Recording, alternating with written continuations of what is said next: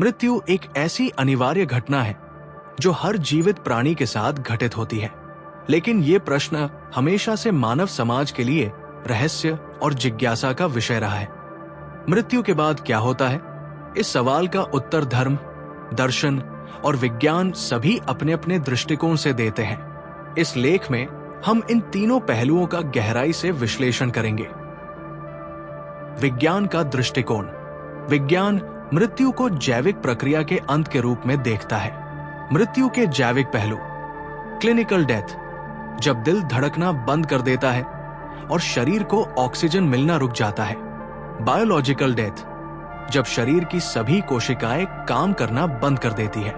मस्तिष्क की मृत्यु, मस्तिष्क की गतिविधि बंद हो जाती है, जिससे पुनर्जीवन असंभव हो जाता है। मृत्यु के बाद शरीर में क्या होता है? मृत्यु के कुछ घंटों बाद मांसपेशियां सख्त हो जाती है।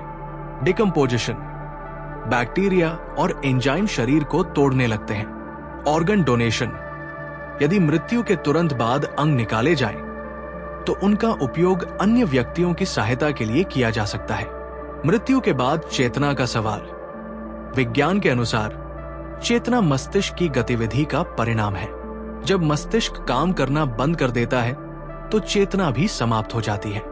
हालांकि नियर डेथ एक्सपीरियंस के कुछ मामले वैज्ञानिकों के लिए चुनौती बने हुए हैं। इन मामलों में लोग दावा करते हैं कि उन्होंने मृत्यु के करीब पहुंचने पर रोशनी, सुरंग या अपने जीवन का पुनरावलोकन देखा। विभिन्न धर्मों के अनुसार मृत्यु के बाद जीवन की अवधारणा अलग अलग है। हिंदू धर्म में मृत्यु को आत्मा का शरीर छोड़ने के रूप में देखा जाता है। पुनर्जन्म, आत्मा पुनः जन्म लेती है। मोक्ष, यदि व्यक्ति जीवन के सभी कर्मों से मुक्त हो जाए तो आत्मा परमात्मा में विलीन हो जाती है। इस्लाम में मृत्यु के बाद व्यक्ति को कब्र में न्याय के लिए इंतजार करना पड़ता है। कयामत के दिन, जजमेंट डे, अल्लाह व्यक्ति के कर्मों का हिसाब करके उसे स्वर्ग, जन्नत या नर्क, जहन्नुम में भेजते हैं। ईसाई धर्म में यह विश्वास है कि मृत्यु के बाद आत्मा स्वर्ग, नर्क या बीच की अवस्था, परगेटरी में जाती है। ये निर्णय भगवान द्वारा व्यक्ति के जीवन के आधार पर किया जाता है। बौद्ध धर्म में मृत्यु को पुनर्जन्म का चक्र मानते हैं। यदि व्यक्ति ने सही जीवन जिया हो तो वो निर्वाणा प्राप्त करता है।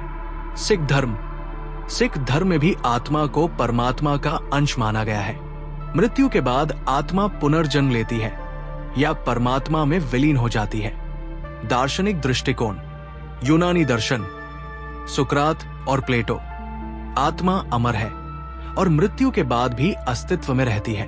एपिक्यूरस, मृत्यु के बाद कुछ भी नहीं होता, ये एक शून्य है।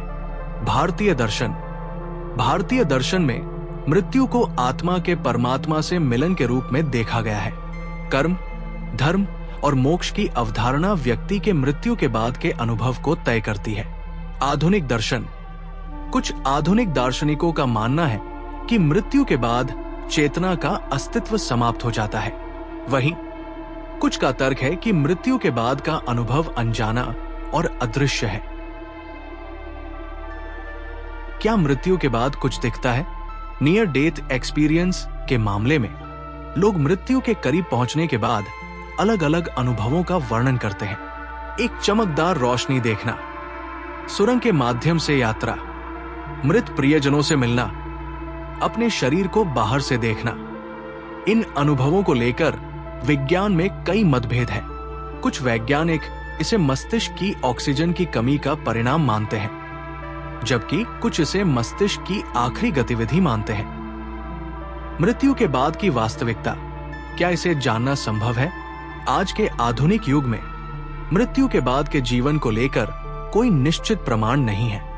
वैज्ञानिक उपकरण और तर्क केवल जैविक पहलुओं को समझा सकते हैं, लेकिन आत्मा या चेतना की अवधारणा पर कोई ठोस निष्कर्ष नहीं दे पाए हैं। मृत्यु के बाद क्या होता है, ये सवाल आज भी अनुत्तरित है।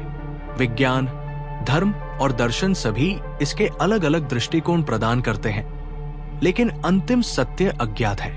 ये विषय हमें जीवन की नश्वरता और वर्तमान क्षण के महत्व को समझने का संदेश देता है। मृत्यु से जुड़े रहस्यों को सुलझाने की कोशिश जारी है और शायद भविष्य में हम इसके बारे में और जान पाएंगे।